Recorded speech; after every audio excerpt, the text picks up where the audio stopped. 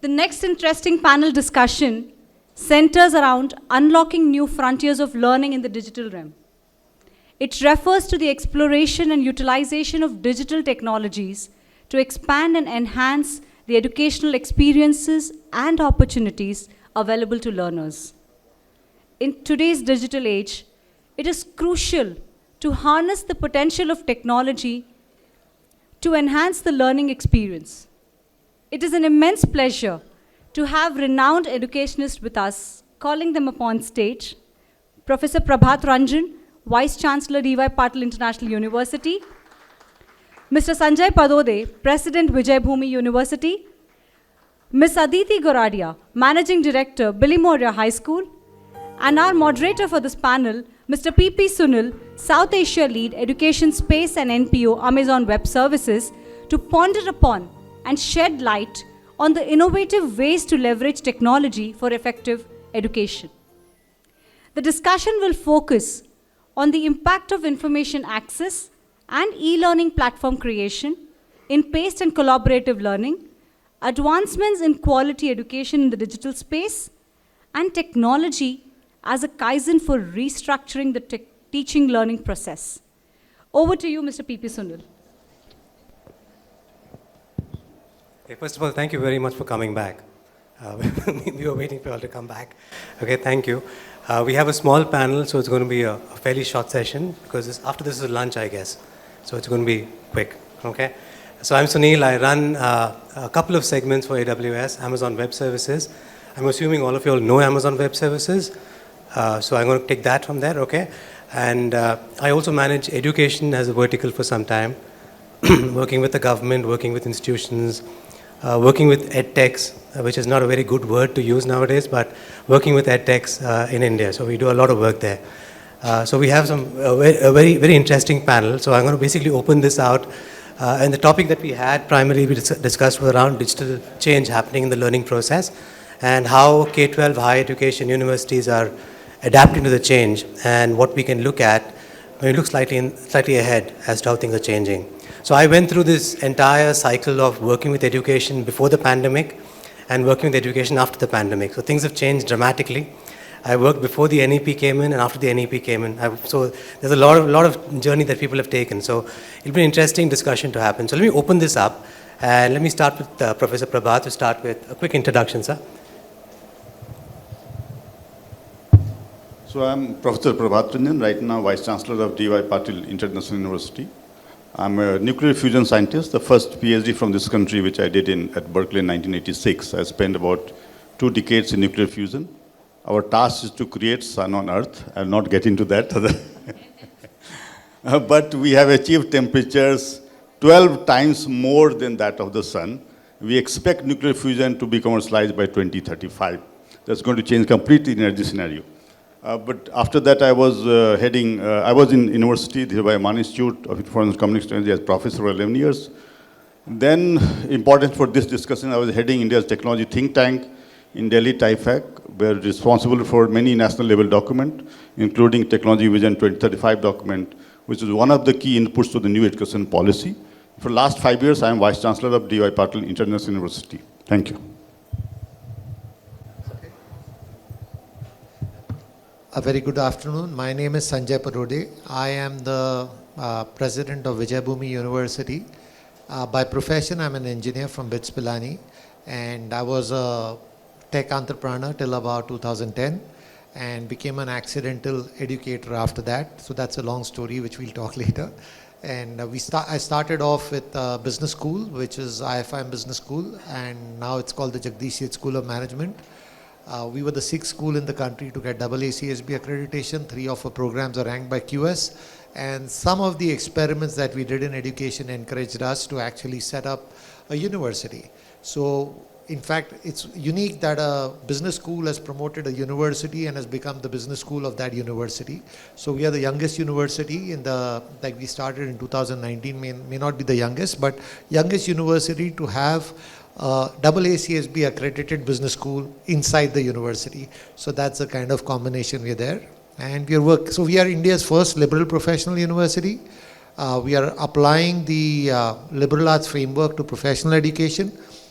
putting the power of choice in the hands of the student, and retaining the problem of what degree to award him. So it's not the other way around. We don't tell him, if you want this degree, you do it this way. We said, do whatever you want and leave the problem of what degree to give to you to us. We'll figure it out. So that's what the Liberal is all about. And that's about me. Thank you.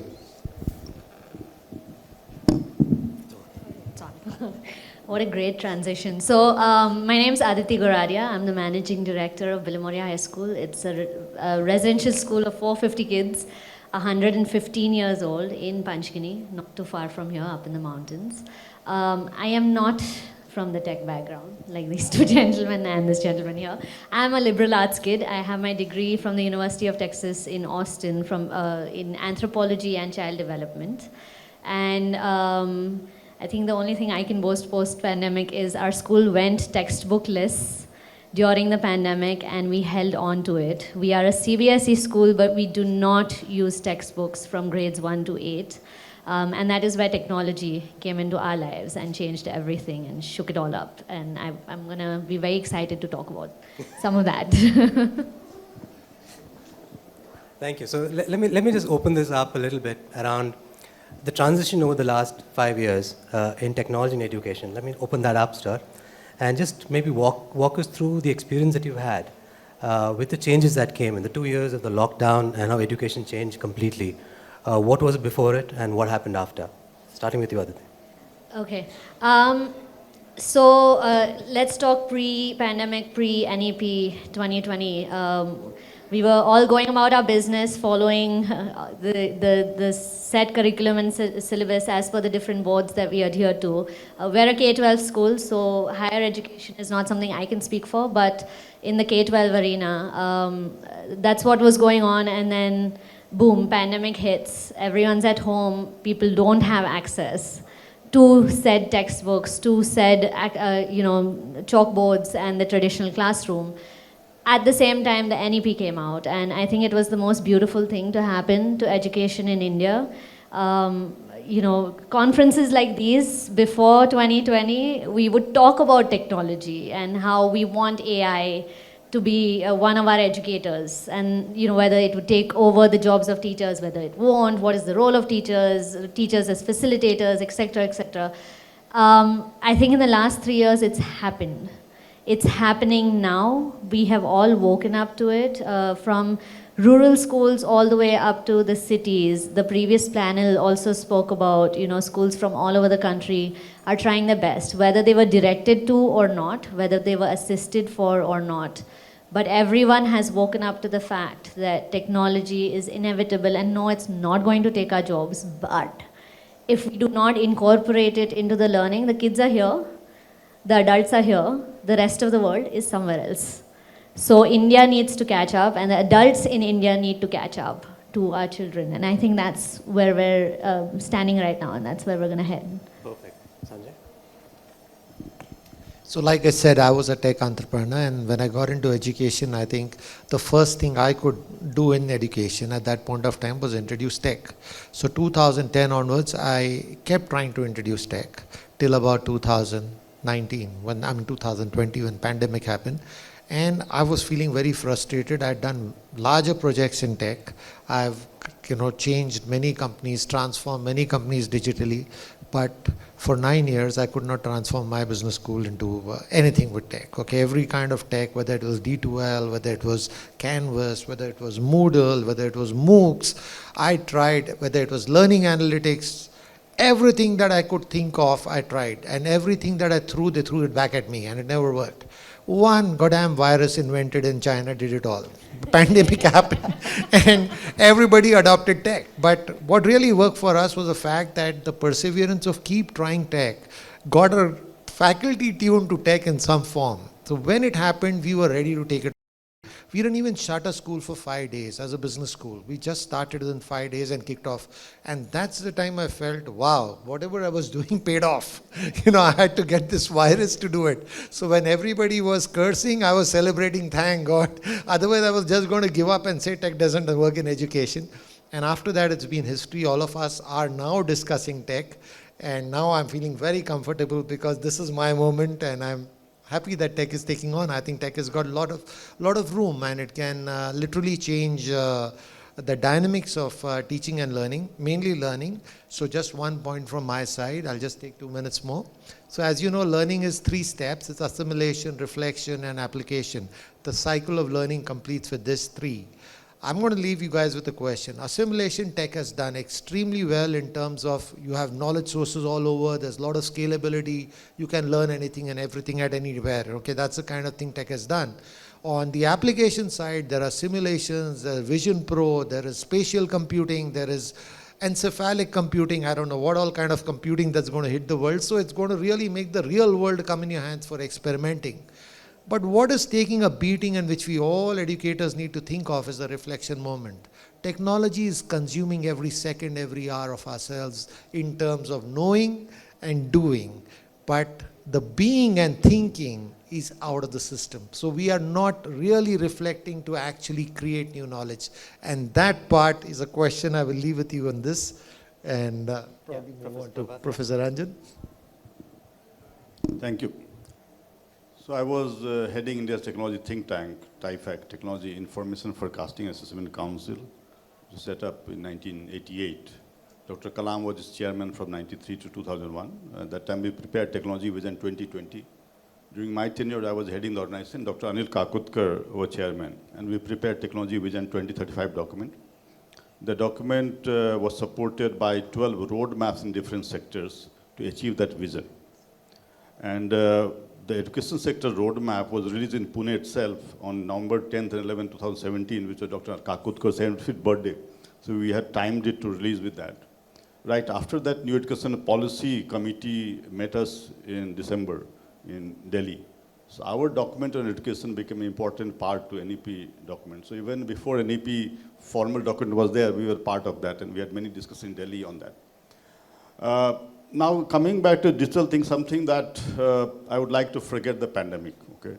We're out of it, but we have a lot of discussion on this. But the digital thing started much earlier, actually, to be frank. My very first speech to the new students in my university, 2018 we started, I'm the founder, vice chancellor, was that digital is the future. I talked about digital health revolution, that talk is still there. Talked about digital manufacturing, digital finance, digital fashion, digital culture, and even human being moving towards digital immortality. That means that my biological body can give away, but I may transfer my knowledge, my brain to a digital being which will remain forever. I'm working on that actually. I started with Dr. Kalam, now I'm working with D.Y. Patil. I'll make for one, and then anybody can have it. Initially it will be costly, later it will become very cheap. So you can survive forever through digital technology.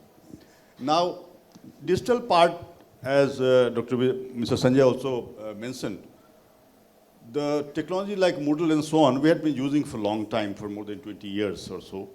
As open source, I'm an open source evangelist. Now, we started doing these things even when I was in Delhi. We were running a program for women with mid-career break. We were using Zoom at that time even. We were using Moodle that time also.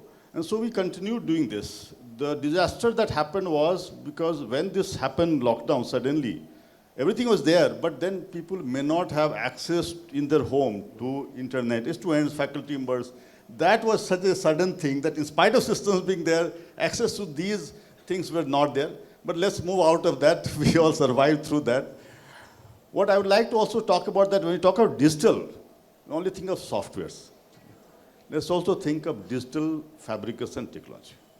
The memento that's being given here today is made by laser engraving.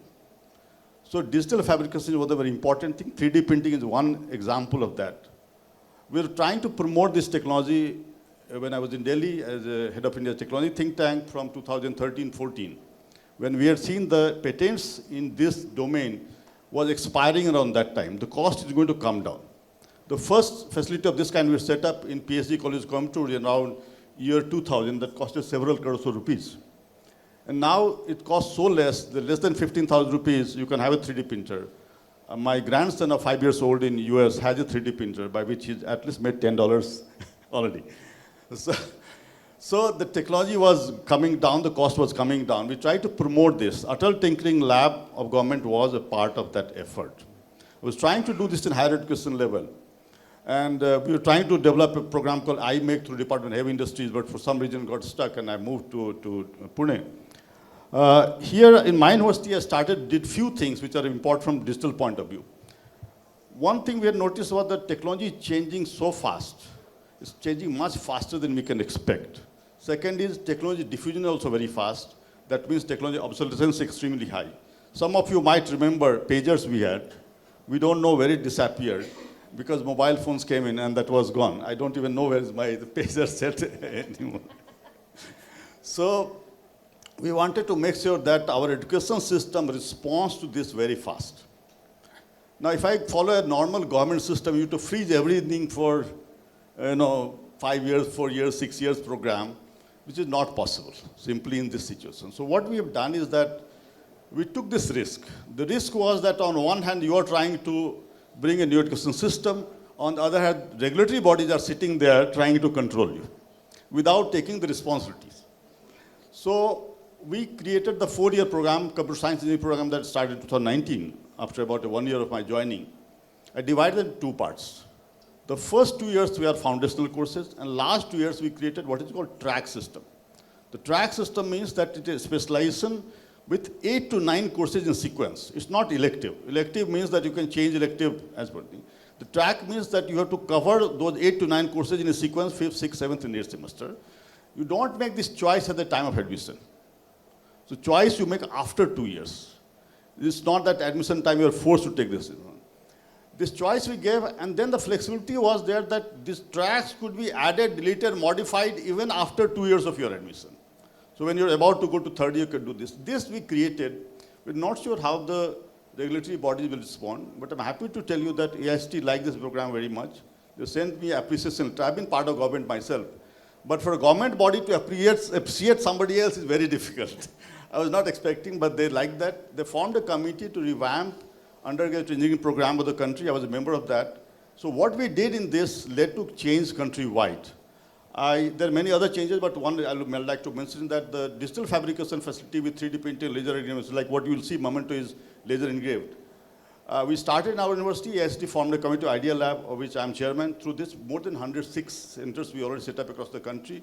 This is going to change the country in manufacturing field. And just now I was 2 days back in Delhi, and we had talked about setting 1,000 such centers in this year, if it's possible. I'll stop at this point and we'll take other things later on. Thank you very much, Professor. I have targeted questions for you all, separate questions for all 3 of you all, okay? Sanjay, starting with you. With regard to AI and machine learning, and what do you think, what is the role it's going to play in education? May look slightly ahead. Me? Yeah. Actually, you should ask this question to ChatGPT itself and get the right answer. But, okay, I'll give you my take. So I left a thought with you in your mind, okay? It's about reflection, okay? And so if you look at what Professor Ranjan just said, that the world in manufacturing, the physical world and the virtual world, in physical world has moved from deductive manufacturing to additive manufacturing. So digital printing or 3D printing is about additive manufacturing. It's not about deductive. So you would take a block of steel and cut something out of it. Now you take something and you mold, you push it and create something out of it. So that's additive. If you look at AI, AI is in the state of deductive inferencing. It is not in the area of additive inferencing it yet. So there's a phase lag in the virtual world, which is talking about AI requires a lot of information, a lot of data for it to basically go through a neural network to create and to infer what should be the outcome. And we are yet not into the additive space, which is about innovation, imagination, ideation. I don't think an AI engine can ideate, innovate, and do this. So when you look at AI, and I look at my question of reflection, what we are doing in education right now, I'm digressing a bit, but I'll come back to your question, is that we are depriving our students from building their abilities to ideate and innovate. And we need to create that room in our education to do that. And I think the best place are the classrooms, because there we can control. So though I'm a digital evangelist, I yet believe that classroom has a major role to play, because in the classroom I can say, okay, mobile phones out, cut the net, sit down, and now apply your mind. Here's a technical problem, solve it on paper. It's a technology problem, it's a digital problem, but problems are solved on paper, not on computers, and then programmed on computers. So get them to think. So that is the first thing we need to start developing. To answer what AI and machine learning can do to learning, immense things. You've got massive scale of knowledge available on the internet, we all know it. We've got massive scale of new careers being born, we all know it. I think artificial intelligence and machine learning is going to play a very great role in counseling, in helping people devise and curate learning pathways on how they can align their passions, their aspirations to the careers they want to choose. In this plethora of, in the humongous database of what I want to be, which company I want to work in, which country I want to work in, what role I want to do, am I going to be working with the government, with the NGO, with the private sector, the combinations are huge. To infer that for a student, which is what is creating all the mental challenges that our students are facing in terms of anxiety, I think AI can play a very, very important role, wherein the student can practically ask, this is, I want to be like Elon Musk, okay, so what is the career path I should take? And making the choice of courses, it can give you a trajectory, at least give you a direction, which it's humanly impossible for a counselor to give. So that's one place to do. The second area is machine learning can play a great role in analyzing behavior and predicting how learning should be. So customized learning can play machine learning can play a great role in making adaptive learning to be adaptive and custom made for a particular learner. Both of these things are areas where I think we'll see immense progress, and these things will come as aided education. So to sum it all, I don't think, okay, first, let's get rid of the fear that digital is going to take over education. It ain't going to happen. Education is about mentoring, coaching, teaching. I mean, there are so many areas where digital cannot do yet. I don't know going forward where it's going to be, but right now we are safe. Okay, so from that perspective, we just need to change. And we can leverage digital to help our students achieve success. So if your focus is learner success, then AI and digital can do lots. Thank you. Thank you very much. Very well put, actually. I want to just refer that conversation that I had with one of the founders of an EdTech, who said that they were doing a workshop with Stanford, and Stanford was looking at curriculum build on how to use ChatGPT to enhance learning. Okay, so instead of banning it, how do you use it? And I think that's the mindset that's interesting to see how we can work that forward. Perfect. I'm going to come to Aditi, actually. Aditi has done a lot of work on trying to drive digital adoption in a school, okay? And it's always difficult. Change is always difficult. And I just want to hear from you as to how do you go about it? What are the biggest blockers that you had? Okay, so before I answer that, I do want to add to what you are saying. So sir spoke about, the bigger things that AI can help with in terms of career planning or, assessing personalized learning. I would say even on the grassroots, like on a ground, when a second grader asks a teacher a very offbeat question, for example, and this has happened in one of our classrooms, strawberries are not berries, right? But what are they? Let us accept that as humans, we need to first assess what is our forte, what are we good at? Okay, we're good at emotions, we're good at empathy, we're good at social communication, we're good at socializing. We don't have content knowledge of everything, and honestly, in the age of AI, we don't need to. I think a lot of research time can be cut down by just saying, hey, instead of taking a week to plan my lesson plan, I'm just going to go and ask ChatGPT to suggest a few things based on the learning outcomes I need and the topic I need and the theme I need. And the same way when kids are, traditionally when a kid would ask a question in the classroom, the teacher, if did not know the answer, would say, not now, later. And then later may or may not come. And the worst kind of teacher would say, not allowed, listen to what I am saying. Which of course we have changed in the past decade or so. But now the teacher can just say, hey, let's go find out, or ask ChatGPT or ask Bard or whatever AI, even Google, go ask technology which has all this information in one place. Let's bring it to the class and then let's separate what is true and what is not. So from this perspective at Billimoria, which is a 115-year-old school, so we have teachers who've been there for 35, 40 years, doing what they do best, and we have teachers who are just fresh grad school, kids who are just out of grad school and want to be these passionate gung-ho teachers. And to balance both, and to teach both that we have to accept the change that is around us, that we have to do away with the fears and the apprehensions, and instead of it, make this your weapon. Instead of seeing it as an enemy, use it to make yourself even better, even more effective in your classroom, even more amazing, because now you don't have to stop your children from asking questions. You don't have to stop your children from deviating into other means of learning. You don't have to be restricted anymore. And yes, it's difficult, but when you tell them that, 5 days of this struggle and the 6th day your life is easier, they do get it. So I think the challenge is, and I will stand by this, the previous panel, and as well as a keynote speaker spoke about it, it's about training. It's about onboarding the adults. Kids have access. They know how to, a 2-year-old knows how to use YouTube. A 2-year-old, a 6-year-old is on Instagram and they're playing Minecraft and they're making their own Minecraft videos and whatnot. So it's not about access anymore. Now it is about how to use that access positively, how to use that access to enhance learning, use that access to cut down the anxiety, to cut down the fears, and in fact fight those fears by saying, hey, this is an amazing tool, this is an amazing weapon that we can use to upskill ourselves, to go out there and just kind of, win over the world, really. Thank you. I mean, it's very interesting that you have a textbook-free environment. And we should talk a little bit more on that. Professor Prabhat, a question for you, really. You've seen the transition of education over a couple of years with TIFAC and how that work went in, right? What are you seeing as a change that's coming across education from a technology adoption perspective? Because in technology adoption, education has been slow. A lot of projects have tried to amplify that. It's been very slow. So we're sitting at a different year now after the experience that we've had. What do you think is a change that we can see going forward? So among the many areas that I've worked in, one is brain-computer interface. And that I worked mainly because I worked in disability sector to help people with severe disability. I started work on that in 2010-11. Right now I'm chairman of a government of India committee of Bureau of Indian Standards, where I represent India internationally.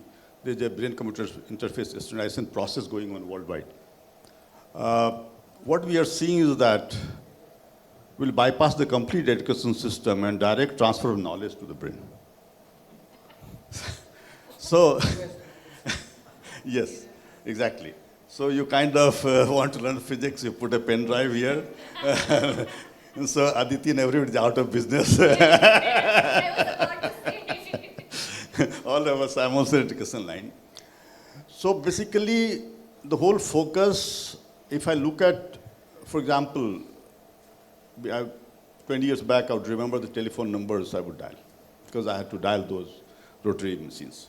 Today, very, very close people, I do not remember the phone number, because part of my brain has moved into the mobile phone. If you look at 2015 YouTube video where I organized discussion on the future of brain, we said that this has become part of our extension of our brain. So now will it also be possible to borrow brain of somebody else, and that is what ChatGPT kind of thing is. Actually, we are borrowing brain. You can tell it to act like Einstein and give you a knowledge that Einstein would have had. So when I look at this, actually my own self, I used to tell a story to my grandson over a video link. He's in California, so only once in a month, 1 month in a year I go there. In the ChatGPT came in, I was there in California on 30th November 2022. What I did was to make stories using ChatGPT and then use illustration using another tool. And I make storybooks. I put it on YouTube. I add my voice. I'm going to synthesize my voice. I've called it Nanaji Publication. So you search on YouTube, Nanaji Publication, you get a number of these stories. So suddenly I have become a painter. I become a storyteller. And that is a change that one can bring using these tools where you don't have that capability, but you can use this to enhance tools, go into those areas which was not possible earlier. So when we talk of lifelong learning, I'm learning right now. Okay, I'm 60 plus. I'm learning right now. Skills I did not have, I could do that. One more area that is coming is neuromorphic computing. So the whole brain will be replicated in a small device. Right now, when I do this calculation, I have to go to cloud, and based on large machines, number of machines, we are doing this. All they will be just like our human brain. You can do all the things. This happening work is going on. IBM was doing good work on this. So we expect to see a human brain replica in hardware being done. Thank you. Wonderful. You mentioned the cloud once, sir. Thank you very much, sir.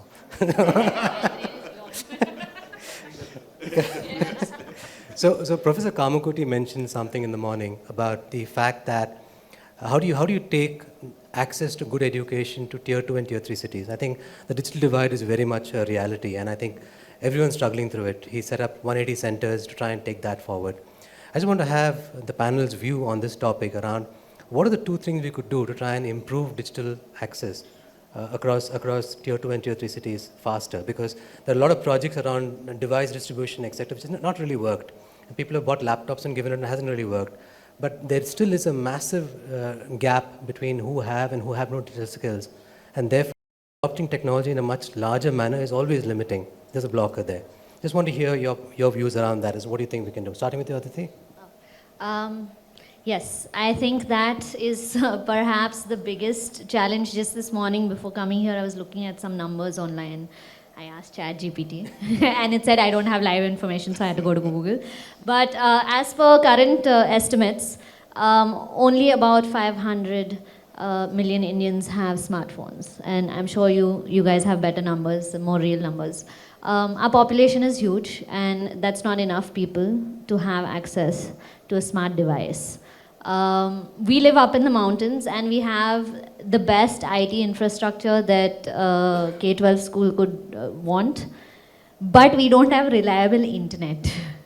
So these are very real struggles, and we can have endless conversations about we need better infra, and there should be subsidies and donation drives and this and that. But how about shifting perspective just slightly, that at least we can start with what we have. There's a lot that we already have. There are a lot of people who do have the smart devices, but haven't been taught how to use them optimally. While we have access to, say, a YouTube or even a ChatGPT, which is OpenAI is free right now, or Google, or any of the other apps that are free of cost, and you can just download them in a few minutes.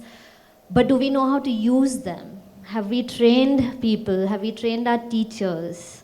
Even rural teachers, even our ZP teachers, why are we not going in there and training them to say, hey, what you have already is something that is a very powerful tool that you can use.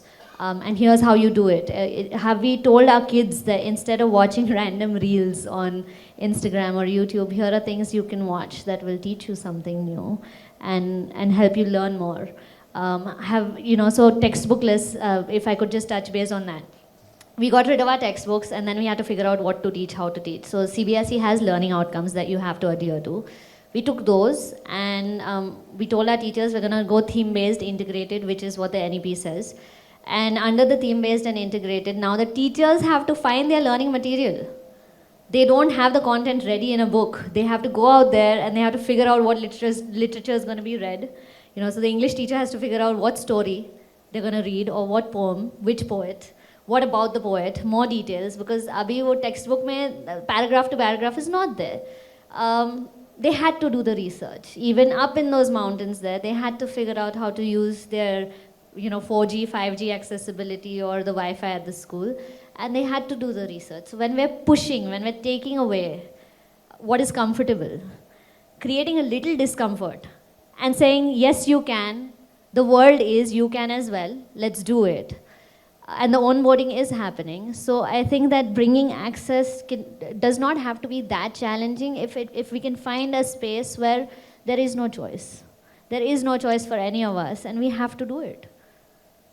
Okay, thank you. Sanjay, on the same topic. So to tell you the truth, I'm not worried about access. Okay, because I think there are many companies like Jio, Airtel working on it, and it's going to get there. But the real challenge here is, I'm just going to pick off from where Professor Saxena mentioned about first generation of educators. We're going to have a challenge with first generation of digital users. I think it's important to get digital literacy out there before the access goes in. because access is good and bad. And when you're playing in a dark space, the probability is 50 and 50%. And when you have a large population, you can't risk that going the other way around, because that can be very, very destructive. In fact, a lot of things that I would like to share with the educators are, there's a big resistance from educators to adopt technology. But you need to ask yourself one question. If you are not there putting your content, if you are not there asking GPT the right questions, which today is called prompt engineering, what is going to happen to that learning machine? It's going to learn from those who are not educated themselves. And then what kind of answers will that machine give to people in the future, which will be called education? So think about it. It's not about digital, it's about being digitally responsible. It's about it's not about AI, it's about explainable AI and responsible AI. I think those are the things that we have to be worried about. It's about responsible access. And therefore, I think first it should be digital literacy, then it should be access. It's like giving a nuclear bomb button in the hand of an illiterate guy and not knowing what he will do with it. So that's a big risk to play. I think we got to be aware about that and more worry about the literacy part than the access part. Access will happen. There's a business model to it, and it'll drive it to the last guy in the world. And if you look at it, India has been struggling to get its physical infrastructure right, but digitally over the last 20 years, we are probably the cheapest internet, the most penetrated internet, all that has happened. So allow India to do that, and it's going to happen. That's my point of view. Thank you. Thank you, sir. I will just pick one word from Mr. Sanjay's responsible AI. I wanted to talk about responsible citizen. So actually, the education starts from our home. Here we talk about the school education and higher education and so on. It starts from home. We need to create good human beings first. And that starts from home because we should give the right value.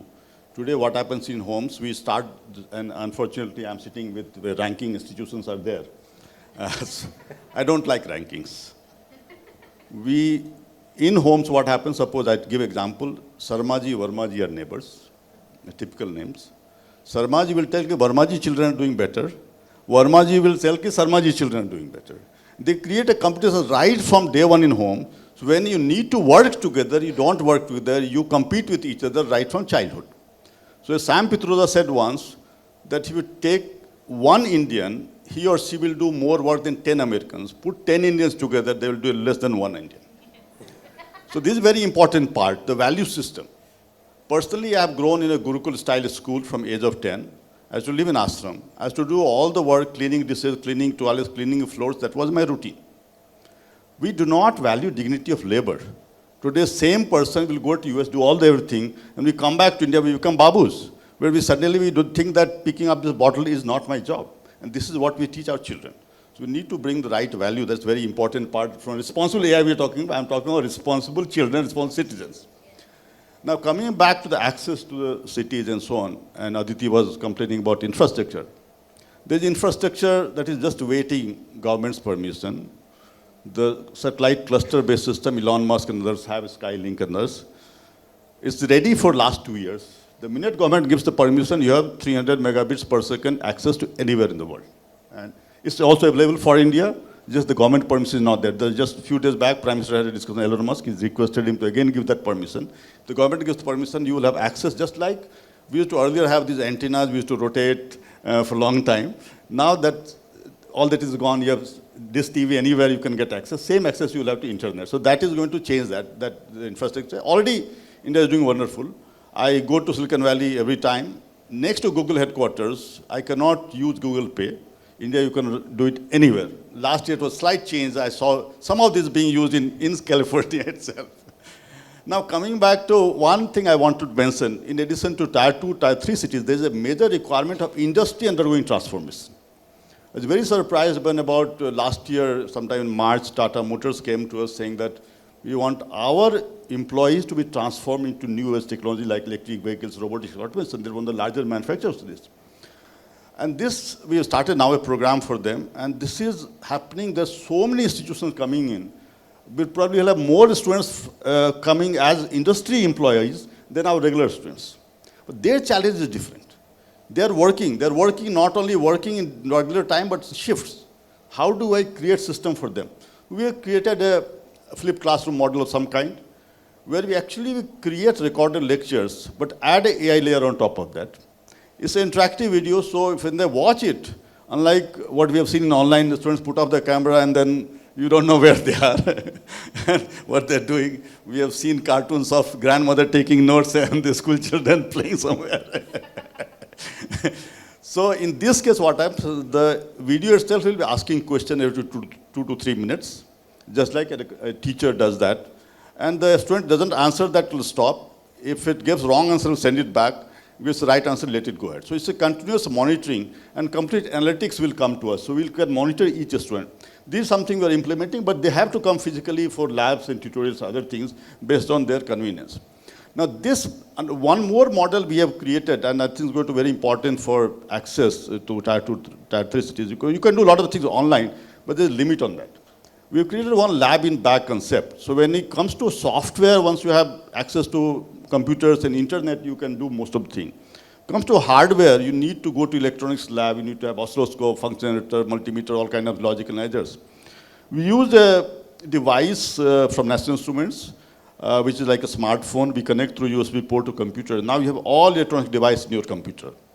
I call it lab in bag. That means once you have that device, you can carry it anywhere. You can do all electronics experiment, embedded system experiment in convenience of your home or wherever you are.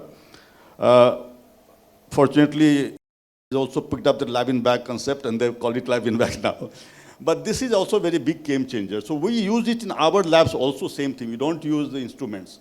Because students should not feel that in university there is something else and I have only this. So they can buy on their or borrow from us. These are other changes we have made, which is going to be very important because then they can work from anywhere. Third thing we have done is that we allow 3D printers to be borrowed and taken home. And the costs are so little, 15,000 rupees. I've just purchased 30 of them in day for yesterday. That once they take it home, many of the parents, wherever they are, can see that, okay, so useful, I can buy it for myself.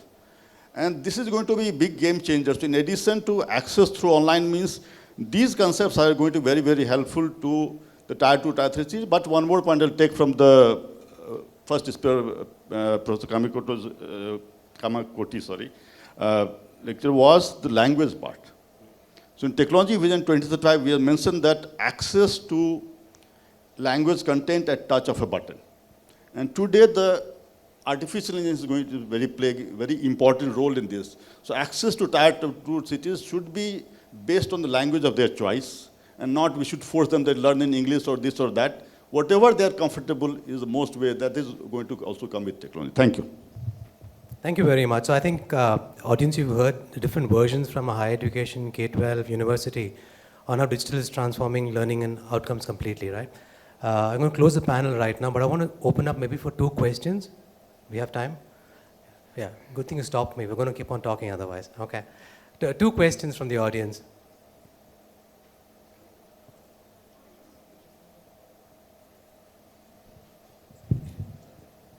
One in the front, please. My question is, hello? Yeah. My question is to Mr. Sanjay Padode, sir. Oxford University got established in 1096, almost like 1200 odd years ago.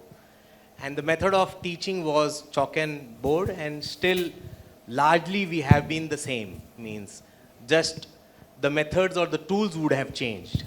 But going forward, as a tech entrepreneur and as a tech-enabled university is what your vision is, how exactly you foresee these methods getting changed?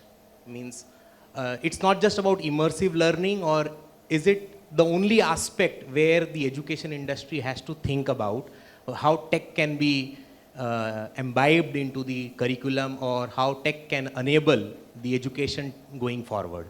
So that's the point, yeah. I think we should basically look at the basic transaction of teaching and learning. It is a very personal transaction between the teacher and the student. And I think the most important point there is learning. It's not teaching, it's more learning, because that is the end objective. In that kind of a scenario, I think it should be the comfort of the teacher that matters most. I don't think chalk and board is going to die. I don't think paper and pen is going to die. But if I'm a teacher using chalk and board, I love to use chalk and board. But that doesn't mean I don't use tech, because before I come to class, I've chatted with ChatGPT, I've done my research, I've used tech. I've prepared my content, I've put my notes, but I love to do it there. You know why? Because we all believe that we just have 5 senses. But really speaking, when you listen, you're listening with more than 5 senses. You are listening to vibes, you're listening to vibration, the chalk sound on the board, and the duster wiping, that all creates some form of an ambience which is important for learning. Like if I go to a fine dining restaurant, I cannot have the same ambience as a Darshani restaurant. Okay, and in a Darshani, I can't have fine dining, right? So there's a context that gets set. When I go to a temple, I can't have a noisy temple. I need to have the silence and peace. So that ambience is very important for learning. And I would say that I don't dictate that in a class you have to use a PowerPoint or you can't do, and I don't judge the teacher by what tools the teacher uses. It can be a book, it can be whatever. We judge what the teacher has done eventually to get the learner to learn, and that is the most important aspect. Could be, many teachers also say, okay, get out of class, go watch, just observe what's happening on the retail store. A lot of our teachers do that, and a lot of people say that, how stupid can you be, wasting 1 hour? But I think the learning that one guy gets by sitting and just observing is far higher, and the kind of questions that come in classroom later are phenomenally more deeper than a flip learning classroom, where I've actually simulated and thought, this is the lecture I'm going to give, so I'm contained. But when a guy goes out, there is no control. The question can come from anywhere. So I would yet leave it to the teacher and the learner to decide their mode of teaching and not interfere in that at all. But I would yet encourage and create the literacy for my teacher to use technology to make their play more relevant to the current times. I hope that answers your question. Yes, ma'am. Questions primarily open to the panelists, not somebody in particular. So first, NEP is talking about regional languages and learning in regional languages. But like Sanjay sir said, AI is deductive. It pulls in a lot of information that has already been put in. And we all know most of the information is being put in English out there. So everything that is going to be deduced of whether it's the database and everything else, it's going to be through in English. And we don't have a lot of content there in regional languages. And in India especially, a country where every 50 kilometers, you have another regional language or personalized language that comes in with its geographical location. So seeing that in context and NEP having that as one of its pointers, how can we look forward at having our children actually think in their own language, innovate, ideate? That was one question. Second, question was related to whether we were talking about flipped classrooms and everything. This is just another one way of inculcating a higher level of IQ in the children, right? But we need to talk about more on the emotional quotient development of the child as well. And this has to be in the day-to-day learning. And I think the older education system was one place where things like empathy, decision-making, picking the right thing. When ma'am spoke about, you need to teach children which video to pick. So that has to be inculcated with a lot of value system, with a lot of emotional quotient, the ability to face difficulty, crisis in one's life. So where this is just my thought, and I would wish if the panelists would elaborate more on that. Thank you. Okay, so in the first question, I'll just try to clear the myth. So AI is language agnostic. Eventually, whatever language you give is translated down to grammar and some numbers and vectors. And it is those vectors in your lambda model that really actually result into an inference coming through. So the neural network works in only 1 and zeros. It doesn't have any Hindi, English there, okay? Everything gets translated down. So whether it is Gujarati, it's Marathi, it's Tamil, it's Spanish, the content is finally translated into numbers, and the input of the language does not matter. What matters is how the neural network is established basis what the numbers are coming. So eventually everything gets translated to only one language, which is a machine language. Okay? So language is absolutely agnostic, so don't worry about what language is going in. But more importantly, and also all the language models are able to reverse and answer in the language of your choice. So now you will see ChatGPT answering in Marathi, Gujarati, so you can converse with everything that you have. So that should hopefully put your question to rest. It's just about the right content going in. Don't worry about the language.